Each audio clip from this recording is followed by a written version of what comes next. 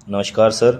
आपसे मेरा पहला सवाल, पढ़ाते तो आप पहले भी ऐसे ही थे जैसे आज, लेकिन पॉपुलर आप यूट्यूब और ऑनलाइन क्लासेस की वजह से हुए हैं। तो आप यूट्यूब और ऑनलाइन क्लासेस के बारे में क्या कहना चाहोगे? हो गया एजुकेशन एडटेक हो चुका है। Edtech in the sense education के साथ साथ आपको टेक्नोलॉजी को भी लाना पड़ेगा। अब शुरुआत में हम लोग भी इसको एडॉप्ट नहीं कर पाए थे। 2019 के टाइम पे जब हमें कहा गया कि अब थोड़ा सा ऑनलाइन बताया जाए, तो चूंकि हमारे पास पटना में हम एक सेंट्रिक थे, वहाँ पे सबसे बड़ा क्लासरूम था, तो हमें लगता था कि लड़कों को हम यही पढ़ा रहे हैं। लेकिन उस समय जिन लड़कों को जगह नहीं मिलती थी तो कुछ खड़े रहते थे, जिन्हें नहीं मिल पाती थी वो घर लौटते थे। बाद में जब कोरोना आया तो मजबूरी में हमको आना पड़ा यहाँ पर, और कोई रास्ता ही नहीं बचा वहाँ पे। तो हम तो जैसे पहले पढ़ाते थे वैसे अभी भी पढ़ाते हैं, लेकिन पहले क्या था, एक क्लासरूम तक लिमिटेड थे, और अभी क्या है, यूट्यूब के माध्यम से हर जगह कोई भी देख सकता है।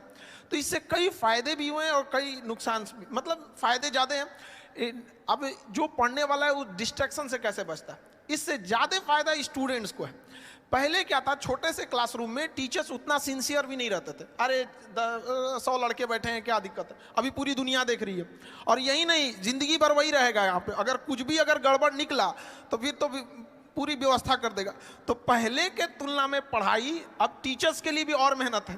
पहले तैयार करके आना है, पहले बोर्ड में ऐसे बना देते थे, अभी क्या है, स्क्रीन लगी रहती है, तो उस स्क्रीन पर क्या पीपीटी चलेगा, किस तरह के इमेजेज रहेंगे, वो पहले से लोड करने रहते हैं। तो ये लड़कों के लिए तो और बेनिफिशियल है। और यूट्यूब की एक खराबी है एजुकेशन के खास तौर पे, यहाँ की सर्वाइवल ऑफ द बेस्ट होगा यहाँ पे, क्योंकि यहाँ ऑप्शन सबके पास है, कोई भी देख सकता है, कंपेयर कर सकता है किसी और से। तो जब तक हम यूनिक नहीं देंगे, सबसे बेस्ट नहीं देंगे, तब तक वो चीज़ें लड़कों को अच्छी नहीं लगेगी। और हमारी भी कोशिश यही रहती है कि कोई भी टॉपिक पे अगर कोई क्लास हमारा देख रहा है, जैसे लेट सपोज अभी यूक्रेन और ये रसिया चल रहा है यहाँ पे, तो हमारी कोशिश ये रहती है कि उस क्लास को देखने के बाद उसके पास कोई डाउट ना रहे। इट मीन्स कि उस एक बार लेक्चर देख लिया तो उसका पूरा का पूरा सिस्टम पूरी समझ में आ जाना चाहिए। तो यूट्यूब भी एक अच्छा माध्यम है। इसकी एक और सबसे बड़ी खासियत ये है, एक बार सेटअप कॉस्ट है, उस पर कितने लड़के पढ़ेंगे ये कोई लिमिट नहीं है। तो इससे क्या हुआ ना कि हम क्वालिटी एजुकेशन एकदम सस्ते में पहुंचा सकते हैं। हम 6 महीने का कोर्स 200 रुपये में पूरे गांव-गांव तक पहुंचा सकते हैं। और पहले कहा जाता था गवर्नमेंट 100 रुपये देती है तो पब्लिक तक कितना पहुंच पाता है, 15 रुपये की 30 रुपये कितना पहुंच पाता है। लेकिन उतना हम इतना कहते हैं कि हम लोग जितना पढ़ाते हैं उसका 100% गांव के अंतिम छोर तक पहुंचता है। जहां सड़क नहीं पहुंची है वहां भी एजुकेशन एकदम उस क्वालिटी का पहुंच पाता है। ये तो यूट्यूब और ऑनलाइन की फायदा है। आप गजब सर, ये तो मेरा सवाल था, लेकिन आपका समाज को कोई मैसेज जिससे भारत का विश्व गुरु बनने का सपना पूरा हो सके?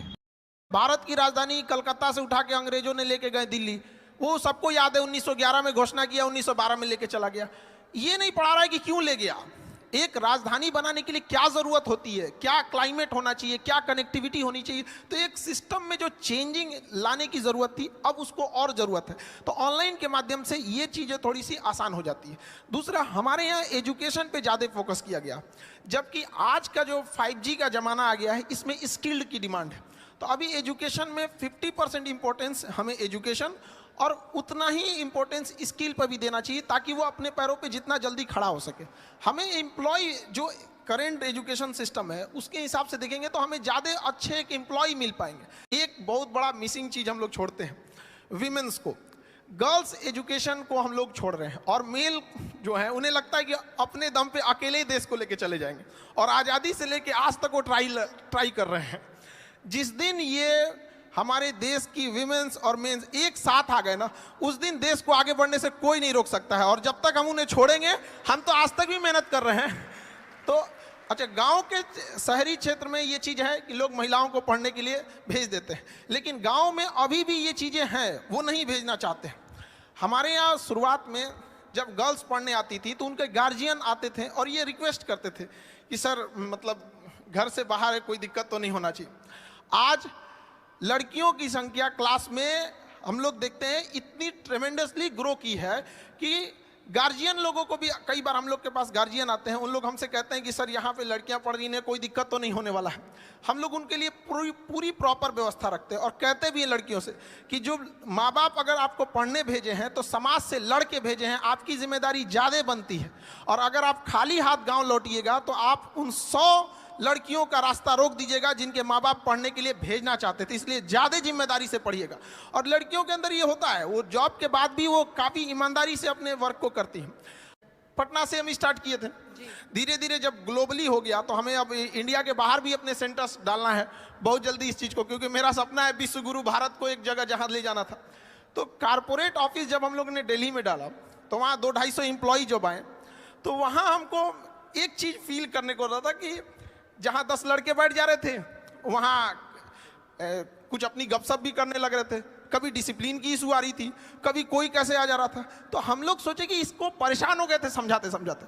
आप बिलीव नहीं कीजिए, बिना मेहनत वो सॉल्व हो गया एक दिन के अंदर। हम लोग ने 15 के बीच में ना एक गर्ल्स को रख दिया। अब उसके बाद से कोई मेहनत नहीं करना, पूरी डिसिप्लिन है हर 10-15 के बीच में। तो ये तो पावर होता है उनके अंदर, तो उनको अपनी पावर पहचानने की जरूरत होती है। कई बार ना वो इतनी फ्रस्ट्रेट कर दिया जाता है उनको ना कि वो जिस लड़ाई को लड़ना चाहती है वो उससे भटक जाती हैं, क्योंकि उनको ना उनका अपनी शक्ति है, उनके अंदर पावर है। जिस तरह से जामवंत की जरूरत थी हनुमान जी को उनकी शक्ति बताने के लिए, उस तरह से महिलाओं को भी अपनी शक्ति पहचानने की जरूरत है।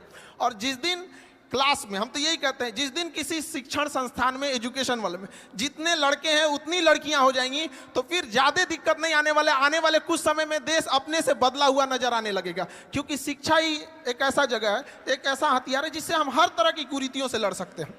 और अगर बहुत सारे ऐसे एग्जाम्पल हमारे समाज में देखने को मिलेंगे जिनके पिताजी पढ़े थे लेकिन बेटा कुछ नहीं कर सका, लेकिन ऐसा एग्जाम्पल आपको ना मिलेगा कि जिसकी माँ पढ़ी हो और बेटा अनपढ़ रह गया हो। ये एक जिम्मेदारी होती है माँ की। हमको अभी भी याद है जब हम लोग पढ़ाई करते थे, मेरा कुछ अभी स्टूडेंट लाइफ में थे, तो मेरी मम्मी के पेट में पथरी था। तो वो डॉक्टर कह रहा था कि इसका इलाज करा लीजिए, बहुत रिस्की हो सकता है। लेकिन मेरी मम्मी कही कि नहीं, ये पैसा दे देंगे ना तो मेरा बेटवा पढ़ेगा कैसे। उस पथरी के पत्थर लेके मेरी मम्मी ने मेरा फीस भरा था। और हमको आज भी याद है कि हमको ना जब एग्ज़ाम में हम लिख रहे थे तो मेरा ना वो हाथ कांप रहा था कि हमको किसी भी तरह से सक्सेस होना है, वरना हम अपनी माँ के लिए जिम्मेदार हम ही होंगे। तो मेरी मम्मी पढ़ी नहीं, लेकिन हम इतना तो कहते हैं कि अगर माँ पढ़ी नहीं हमको यहाँ पहुँचा दी, अगर पढ़ी रहती तो कहाँ पहुँचा देती।